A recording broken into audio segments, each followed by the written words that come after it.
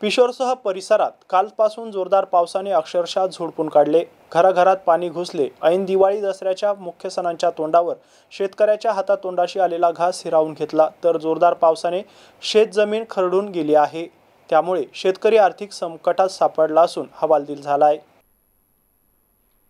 तालुक्यात मोठ्या प्रमाणात नुकसान झाल्याने शासनाकडून लवकरात लवकर मदत मिळावी अशी अपेक्षा शेतकरी करत आहे। मका, बाजरी, अद्रक, टोमॅटो, ऊस, सोयाबीन, भुईमूग, तूर, भाजीपाला इत्यादी पिकांचे प्रचंड प्रमाणात नुकसान झाले असल्यामुळे शेतकरी हवालदिल झालाय। अनेक गावांचा मुख्य गावांशी संपर्क तुटला, त्यामुळे जनजीवन देखील विस्कळीत झाले। तपोवन, निंभोरा, देवपूळ, पळशी खुर्द, पळशी बुद्रुक, कोळंबी, भारंबा तांडा, जैतखेड, पिंपरखेडा, भिलदरी, शफियाबाद, गौरपिंपरी आदी गावांचे दळणवळण ठप्प झाले। नादरपूर येथील पुलावरून पाणी वाहू लागल्याने छत्रपती संभाजीनगरला जाण्यासाठी रस्ता बंद झालाय। कन्नडचे तहसीलदार विद्याचरण कडवकर यांनी प्रशासनातर्फे सावधानतेचा इशारा देत अजून मुसळधार पावसाची शक्यता असल्याने काळजी घेण्याचे आवाहन केले आहे। डॉक्टर प्रकाश मैन, एमसी न्यूज, पिशोर, कन्नड।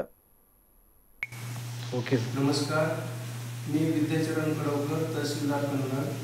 कन्नड तालुक्यातील सर्व नागरिकांना याद्वारे विनंती करतो की येणाऱ्या 2-3 दिवस मोठ्या प्रमाणावर पावसाची शक्यता आहे।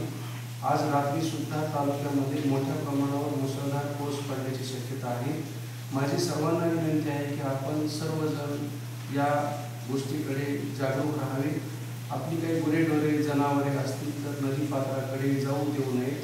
आपणही घराच्या बाहेर शक्यतो पडू नये आणि आपण काळजी घ्यावी। आपली मुले असतील, आपल्या कुटुंबातील व्यक्ती पाण्याकडे कुणीही जाऊ नये। नदी नाल्याला मोठ्या प्रमाणावर पूर येण्याची शक्यता आहे, त्या ठिकाणी वाहून जाण्याची शक्यता नाकारता येत नाही। पुलावरून जर पाणी वाहत असेल तर कुठल्याही पुलावरून आपण जाऊ नये।